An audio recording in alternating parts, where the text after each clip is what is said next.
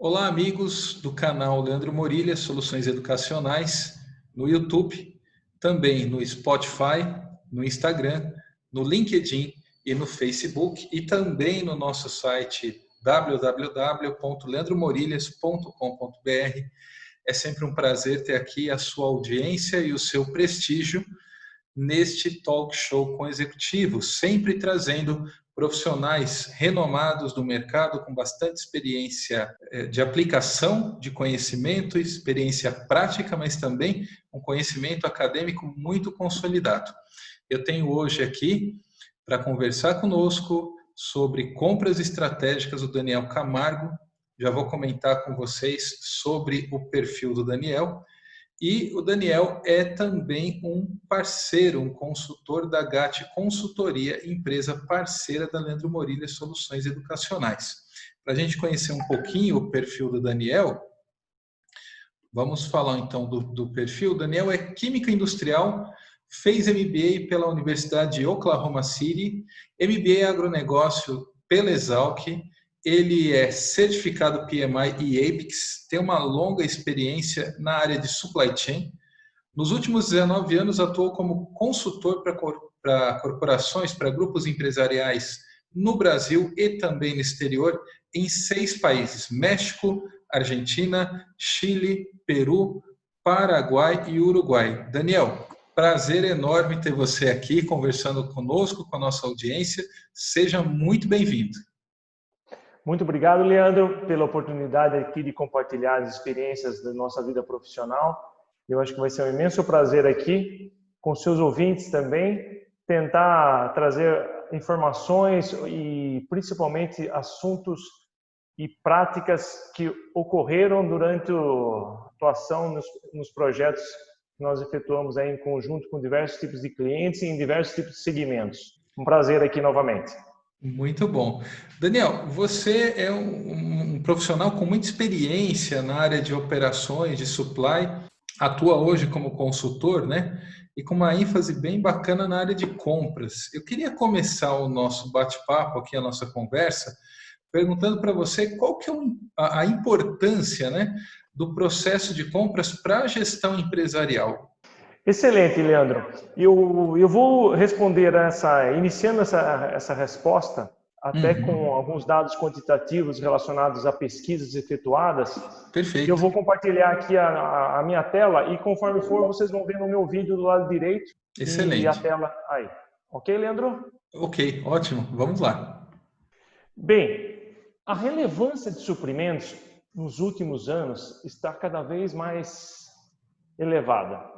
Principalmente porque está fazendo parte tanto da atuação que é normal do COO e CPO, que são os dois grandes executivos nessa área de suprimentos, mas a representatividade e a relevância, considerando a lucratividade da cadeia de abastecimento, a questão de busca contínua pela otimização dos custos, e também o crescimento contínuo também das necessidades do cliente frente ao nível de serviço que ele busca para atender os clientes do cliente.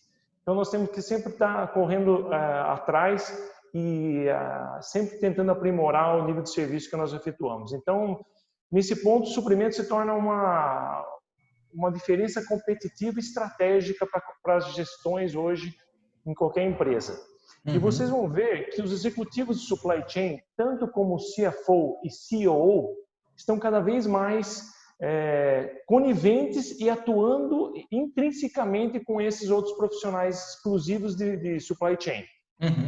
Então, aqui há certas pesquisas que mencionam exatamente esta relevância e também nas questões relacionadas à decisão em supply chain. Uma visão relacionada a source to pay, quando nós falamos de suprimentos, nós temos que considerar desde compras até pagamento. E a efetividade do processo passa por uma visão quantitativa. Então, aqui nós vamos dar um exemplo assim, bem ilustrativo, o quanto é representativo, porque o objetivo das empresas é gerar valor para os acionistas, que ocorre quando o resultado obtido das empresas é superior ao custo de oportunidade do capital investido pelos acionistas. Então, o lucro se torna preponderante em qualquer empresa. Então, considerando suprimentos, qualquer percentual de otimização em relação a gasto com fornecedores, e aqui é um exemplo de 5% a menos, praticamente aumenta em 50% o lucro. Aqui demonstra o quanto é relevante a atuação de suprimentos na questão da otimização dos gastos. E aí vocês vão ver no decorrer da nossa apresentação, respondendo a outras perguntas que você irá efetuar, como se obter esse resultado, como se buscar esse resultado para gerar valor para os acionistas. Muito bom, Daniel. Eu fico pensando, né? Muitas empresas consideram compras como uma atividade um tanto quanto operacional, quando até pela sua exposição a gente está vendo que não é, cria diferencial para o negócio, né? Então, Daniel, nesse sentido, o que seriam então compras estratégicas, compras gerenciadas do ponto de vista estratégico para o negócio?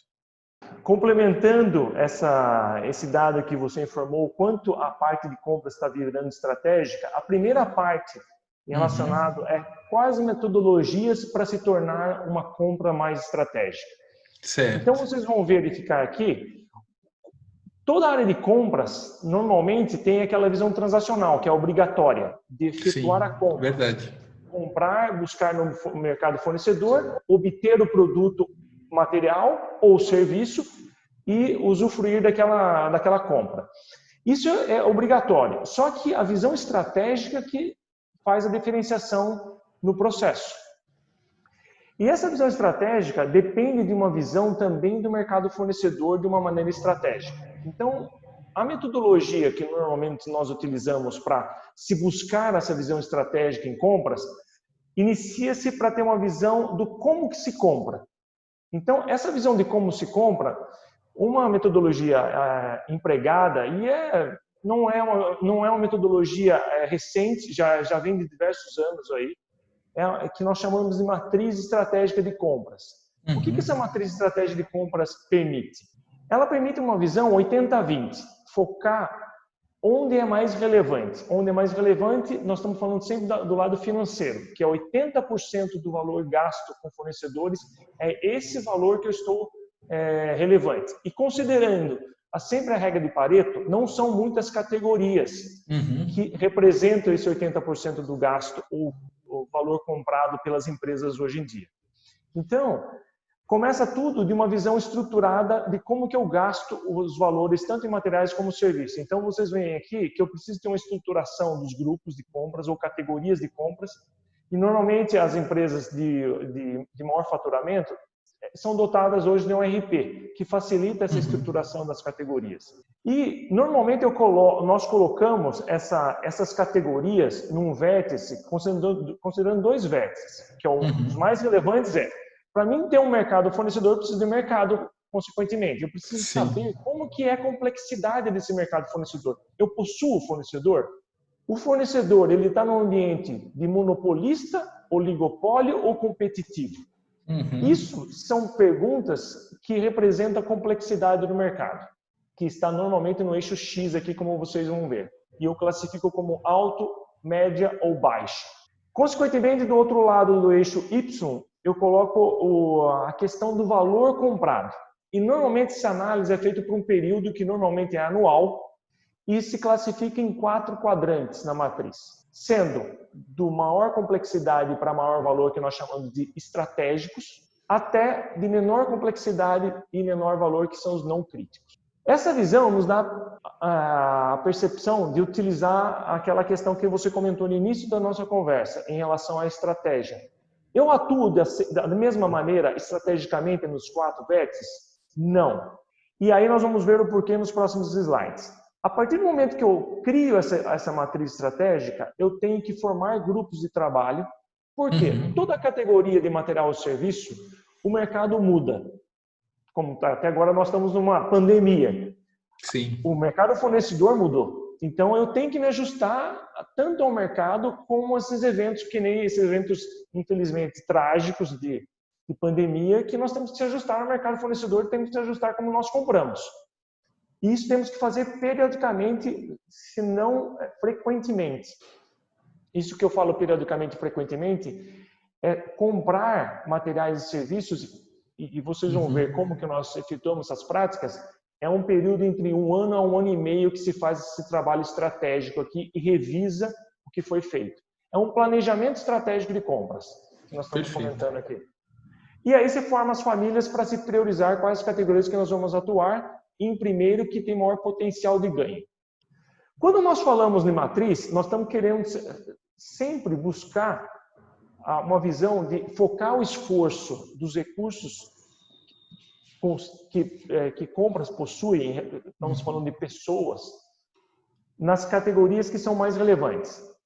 Mas que normalmente, que você comentou até na questão da visão transacional, normalmente, devido eu ter que comprar follow-up, 3 cotações, aquela percepção muitas vezes errônea, que eu tenho que focar nas categorias de maior valor. Consequentemente, as categorias de menor valor, eu tenho que ser o mais rápido possível, o mais eficiente e eficaz possível, e consequentemente muitas vezes não envolve 3 cotações, porque ele não é relevante se eu conseguir 5 ou 3% de desconto numa categoria que não é relevante, que não está na categoria dos 80% do gasto.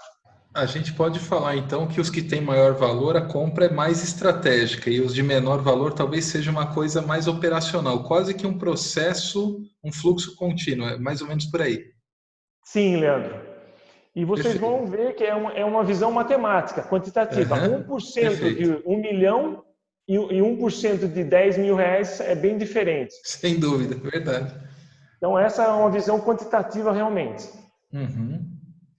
Aqui uma visão de como seria uma matriz estratégica para fazer esse planejamento. Vocês veem aqui, até para exemplificar aquilo que nós comentamos agora, uma categoria que se chama ferramenta manual, custa em torno de 30 milhões, enquanto essas categorias que estão aqui, ó, de baixo valor, que são a maioria delas, nós estamos falando tudo de valor abaixo de 1 milhão.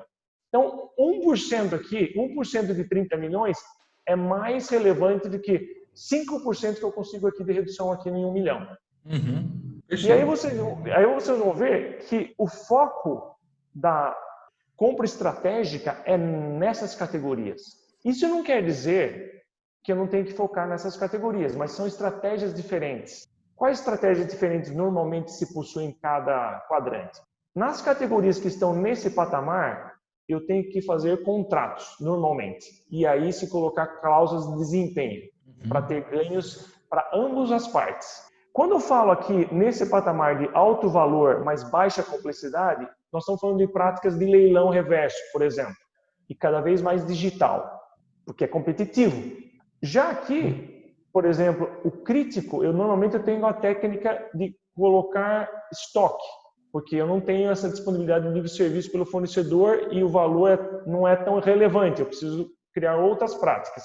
E aqui tem práticas no baixa valor e baixa complexidade de isso fazer cada vez mais rápido a compra, porque não é aqui eu não estou buscando redução no que eu compro, e sim fazer mais rápido a compra. É diferente o objetivo.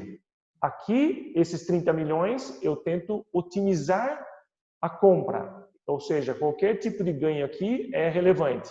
Aqui eu tenho que comprar mais rápido, não necessariamente comprar mais barato. E aqui tem até umas técnicas de terceirização dessas categorias. Por quê? Uma das alavancas fortes em compras é eu comprar em escala. Aqui eu não tenho escala para comprar em altos volumes.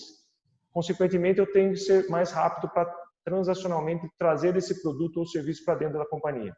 Aqui é um exemplo que quando nós fazemos esse trabalho, nós também verificamos potenciais práticas que podem ser otimizadas. Então, vocês vão ver aqui, na situação atual, um cliente, exemplo, que tinha uma baixa quantidade de contrato e muitos acordos informais e de uma forma centralizada e com muitos itens comprados spot.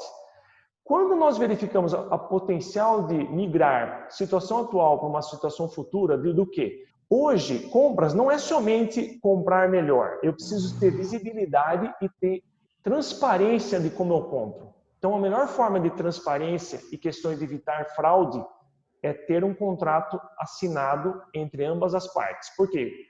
As pessoas mudam, os contratos ficam vigentes nas empresas e isso garante continuidade no negócio. Então, todo acordo escrito e formalizado, isso não quer dizer também burocracia, mas sim a longevidade. Então, o contrato é muito relevante para garantir a visibilidade tanto do fornecedor como do comprador. Depois eu faço uma priorização, porque é importante. Necessariamente, eu posso ter uma compra de alto valor, só que ele está já contratado e, normalmente, as variáveis, por exemplo, eu não vou selecionar uma categoria para trabalhar no curto prazo se ela está já contratada e se tem muitas áreas envolvidas para tomar uma decisão de como contratar. Então, isso gera uma complexidade na contratação. Eu vou sempre buscar as categorias que têm maior potencial de ganho versus facilidade de implementação. Então, uma categoria que não tem contrato e que está resumida somente em uma área, eu vou dar um exemplo aqui. Se eu vou contratar um plano de saúde, o plano de saúde envolve todas as áreas da empresa. Eu vou ter que conversar com diversos stakeholders. Isso gera um tempo. Enquanto eu vou comprar só um item da área de produção, aí é mais fácil tomar a decisão. Então, esses são exemplos de variáveis que permitem fazer uma priorização considerando o potencial de ganho e facilidade de implementação. E você vê isso que envolve muitas categorias. Nós estamos falando em torno de 60 a 80 categorias em uma matriz. Eu ia te perguntar, Daniel, o que eu estou percebendo é que isso também ajuda na gestão do relacionamento, né, com fornecedores, né? Porque você está criando Perfeito, classificações Leandro. e você vai ter fornecedores mais estratégicos e outros mercado puro, né? Que você vai comprar por uma questão de preço, simplesmente, né? Exatamente. E você vê que até essa segmentação de fornecedores vai ficar claro quando você faz uma matriz desse porte. Vocês veem que até no nível de relacionamento com o fornecedor estratégico, normalmente eu preciso de um comprador mais sênior. Enquanto as categorias mais simples, eu tenho compradores de júnior, por exemplo. Eu preciso de uma senioridade diferente para comprar categorias estratégicas. E muitas vezes o relacionamento é muito importante nisso. E vocês veem que aqui toda a matriz estratégica, quando se fala em compras, né, que você vê, né, Leandro, comentando, qual o potencial de ganho se eu aplicar essas práticas? E aqui sempre se estima isso. Agora, quando nós trabalhamos com a matriz estratégica, esse plano estratégico, é sempre bom ter em mente que quando eu compro, eu preciso ter uma certa previsibilidade no que eu vou comprar. Eu preciso fazer um planejamento do que eu compro.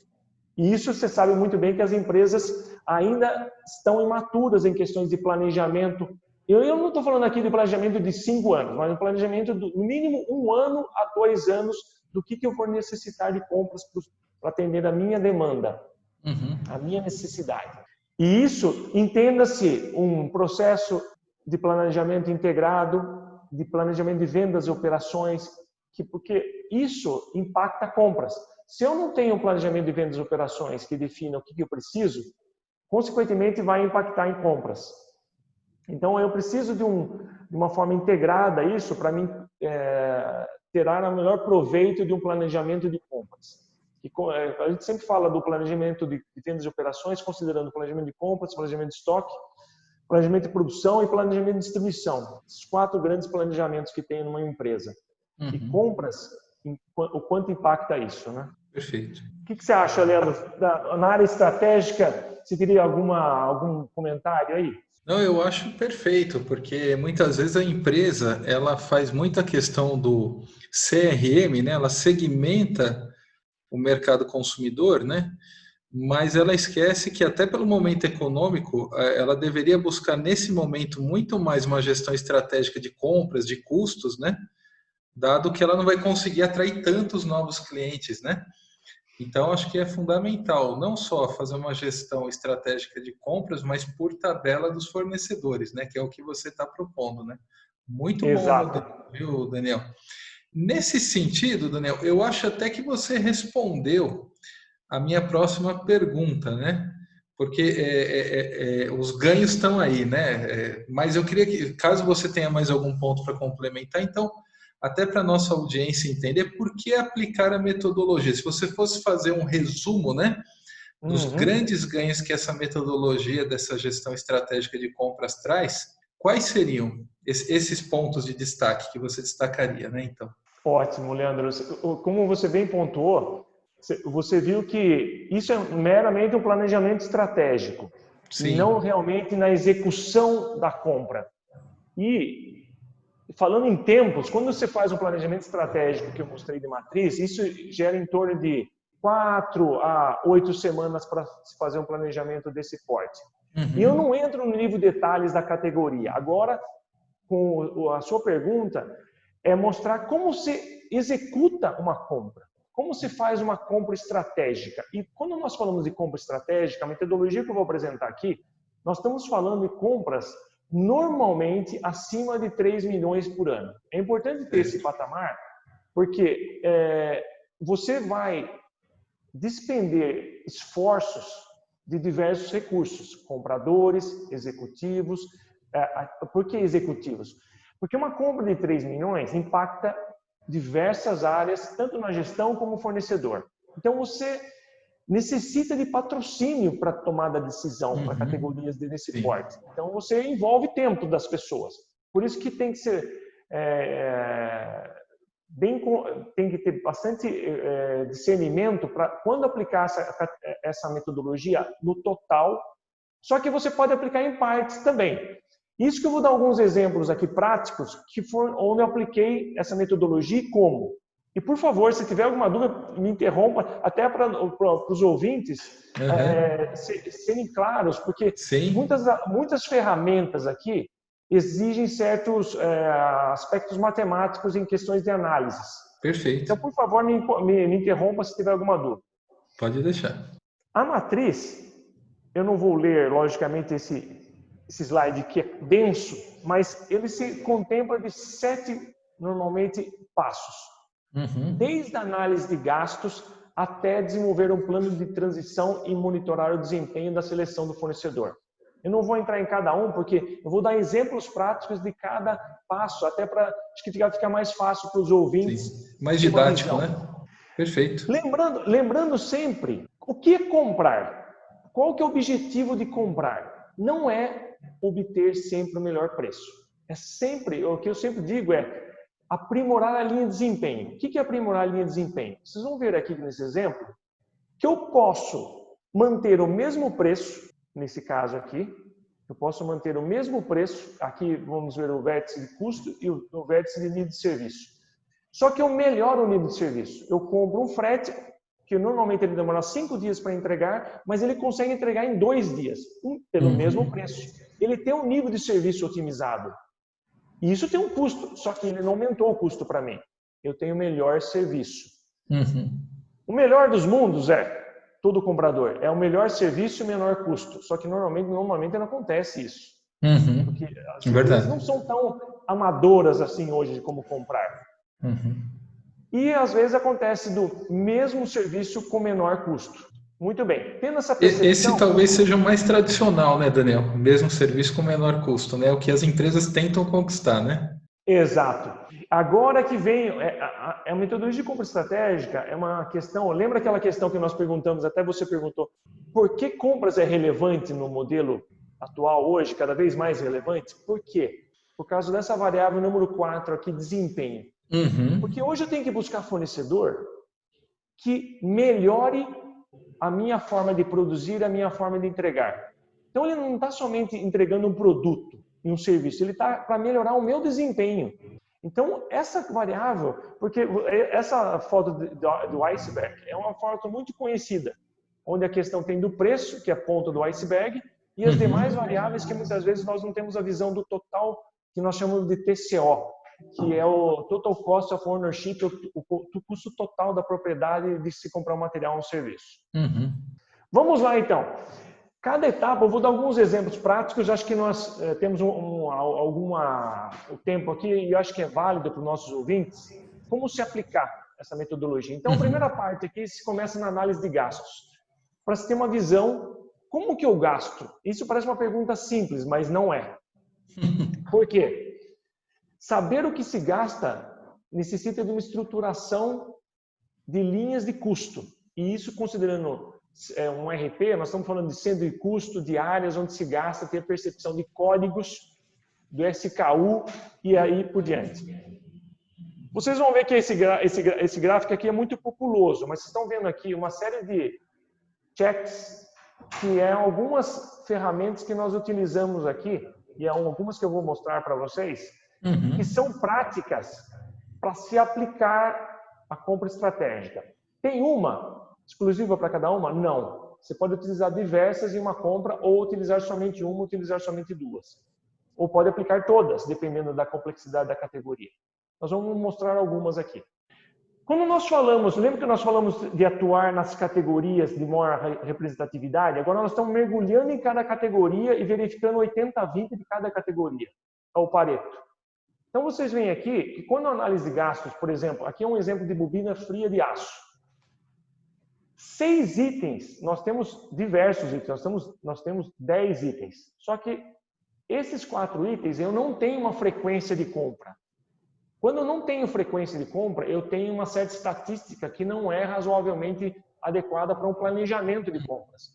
E, consequentemente, eu vou atuar somente num contrato com essas categorias que eu tenho planejamento. As outras é de acordo com o pedido. Essas aqui eu preciso de estoque. Então, eu preciso ter essa separação entre o que é frequente e o que não é frequente. Outras análises que nós fazemos, até, por exemplo, na pandemia atual, eu não posso me dar ao luxo de comprar de single source, de comprar de somente um fornecedor. Hoje tem empresas que têm que ter, no mínimo, 2 ou 3 fornecedores para uma categoria. Só que muitas vezes os preços são diferentes. Sim. Eu tenho essa visibilidade dos preços diferentes e saber o porquê que são os preços diferentes. Aqui é um exemplo real que aconteceu variações de 1 a 7% no mesmo item de fornecedores diferentes e aumento de 2,9% no mesmo item, no mesmo fornecedor. Caramba. Então, tem variações entre fornecedores e tem variações de preço entre o mesmo fornecedor. Por que isso? Isso é uma análise de gastos, para avaliar isso. Isso sempre analisando item a item. Outra coisa que quando eu faço análise de gastos, nós estamos sempre falando sobre baseline. O que é baseline de gastos? É a linha de gastos. Nós temos que ter uma percepção que o que foi no passado não quer dizer o que vai ser no futuro. E o que foi no passado, você teve uma inflação. E muitas vezes uma inflação, vamos pensar assim, que é o normal macro, o IPCA, ou IGPM. Quando nós falamos de categorias específicas, nós temos que entrar no indicador específico, que mais representa a categoria de material ou serviço. Nesse caso aqui, vocês vão ver assim, quando eu vou comprar uma categoria, estou fazendo uma categoria estratégica, a minha intenção não é o histórico. É importante ver o histórico, mas eu preciso ver também qual a tendência do indicador do futuro para mim negociar. Então eu tenho o que eu gastei. Aqui até uma coisa interessante. Nos gráficos anteriores houve uma evolução dos valores, dos preços cobrados. Só que eu vendo no histórico, caiu o preço. O fornecedor repassou um valor que não deveria repassar e sim deveria reduzir o valor da commodity. E isso já nos deu permissão para verificar assim, tem potencial de negociação. Por quê? Historicamente eu estou aumentando, só que o indicador regride. Tem margem, né? Exatamente. Esse é um exemplo de análise. Por isso, tudo acontece na análise de gasto inicial.